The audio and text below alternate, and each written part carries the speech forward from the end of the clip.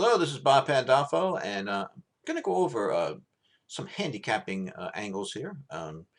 Yesterday on my sharp horse selection service at Aqueduct, I give full card picks every day, and one of my best bets. I have two best bets every day. They both won yesterday, but one of them was Hey Babe, who was a best bet in what I call a boxcar long shot, and she won and paid 24.80, and I had the exacta cold for $70.50. And I'm going to show you some of the thinking and how I came up with this because I think it's an interesting handicapping situation. First of all, when I handicap, I like to start out with the past performances. So here I show past performances for Hey Babe, but I also show my diamond system, which is a computer system I have. I show the printout, but I don't run that first. I take the PPs and I handicap. So when I looked over this race originally, it looked like Kiki Chaser was the horse to beat. Now I wanted to personally go against Kiki Chaser, and I'll explain why. She was coming off a big wire-to-wire win where she ran a brisk speed figure of 97. That was the best speed figure of her career. And it was a big leap forward from her prior race. And I really thought she was a bounce prospect. And those of you who are experienced handicappers will know that what I mean by a bounce prospect, a horse that it might decline off a very big top. Now, Kiki Chaser also was loose on the lead last time. And again, experienced handicappers will know that. And a lot of times these horses will run a lot faster when no one challenges them. So I really thought, geez, I think Kiki Chaser can be beat here. And I thought one of the outside horses, especially Anel, is probably going to run with her. And I liked Antidote. Antidote was in a good form cycle, appeared to be ready for a peak effort, was moving forward, and was going to be sitting right behind the speed and has good stalking speed. And really, inside stalkers are very, very good betting situations a lot of times in the inner track because it's not a good track for rallying wide. It's an inside track, really, not a big sweeping kind of wide move off the turn type of track. So my original thinking was, well, Anadel's my best bet. She's not going to be the favorite. She's going to be sitting right behind a potential speed duel in a perfect stalking position, and she can finish. And I thought, well, this is a good bet. Then I ran the diamond system. When I ran the diamond system, right away, something jumped out at me, and that was that the diamond system is showing that Kiki, Chaser, Hey Babe, and Antidote, the 2, 3, and 4, are clearly faster than the other horses in the race. You can see that they're grouped closely, 88, 90, 91, which is 3 points is uh, about a length and a quarter on the diamond system, the methodology. But then you see it jumps up to 98, 99, big spread. So the diamond system is telling me, wait a minute, these are the 3 fastest horses based on their current races. Hey Babe, of course, is the only one that's going to be a long shot out of these 3. She's 12-1 in the morning line. This L here is an indication from TrackMaster, which is a very good computerized symbol that TrackMaster has. If there's an L, that means that their computer system has identified this as a potential long shot winner based on some patterns that it has. They don't tell you which ones, but it's computerized. So that's always a good sign. So then I said, well, I better take a better, closer look at Hey Babe. So here's the PPs. Now, this is very interesting.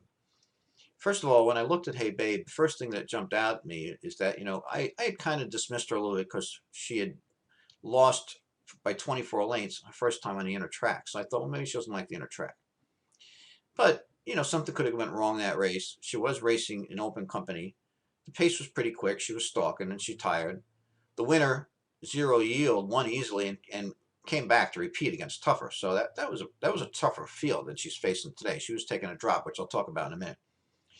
Another thing, though, if you look at this here in this box, now I can't give this away, but I just came out with a book recently called Pace Handicapping Long Shots.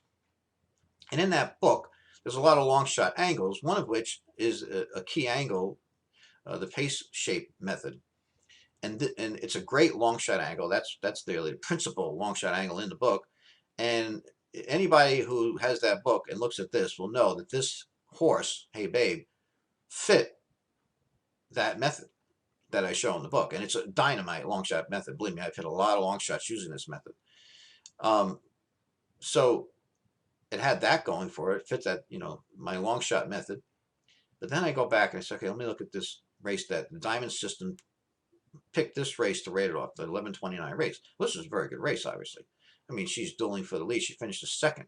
Now, what's the difference between that race and this race here on December 28th? Well, I can tell you the difference. One turn, two turn. This is a one-turn mile at a chute at Aqueduct. This is a two-turn race.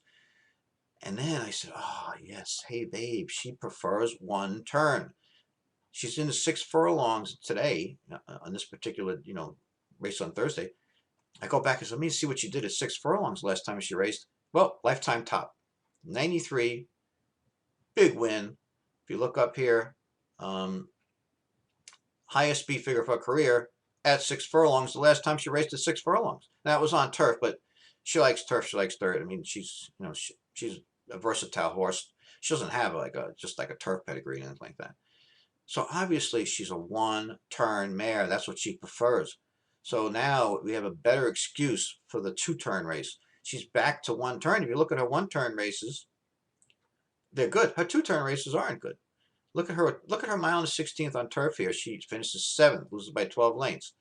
Look at her mile and 16th on turf here. She's nowhere. Finishes last. Here, a mile and 16th, 24 lengths. But look at her one-turn races. Solid second. Here she only loses by 3 3/4 lengths. Here she wins easily. Here she finishes second. She likes one turn. So now I'm going to talk about another angle here. You could see that her last 4 starts, she's in 50 claimer optional, non-winners of 1, optional 50, non-winners of 1, optional 25. Today she's in a $20,000 beaten claimer. Now I don't want to go into too much detail about class because it'll make the video too long. But when you see a B, you don't see it here, but it's on top of the PPs. When you see a B, that's a weaker field. That's not an open because it's restricted to horses that haven't won from a race from a certain a date, or that haven't won a certain amount of races. In this particular case, she's 6 years old, so she fits because she hasn't won since like last August or something like that. You see she won in July, and the cutoff was in August. So this is a significant key drop that she's taken. So think about it. She's dropping. Key drop. She's freshened up. She runs well fresh here. She wins off a layup here. She's cutting back to her best distance. She's going back to one turn. So a lot of good angles. A lot of good angles. And again, the diamond system fortunately tipped me off. I didn't see this originally because my eyes right away went to Antidote, who I thought was in a great spot. Once I ran a diamond system, I said, let me take a closer look. And fortunately I did, because then I loved Hey Babe after that. I made her my best bet. And then I said, well, I know who I'm going to use in the exacta. The horse that I loved before I got onto Hey Babe was Antidote. And Antidote ran a big race in this race. She actually dueled for the lead throughout. Hey Babe came off the pace, beat her. The exacta paid $70.50. Hey Babe paid $24.80. So anyway, I'll have more videos in the future, but this was a very interesting situation and shows you how you can come up with these long shots, but you got to dig a little bit. So this is Bob Pandolfo. Thanks for listening in.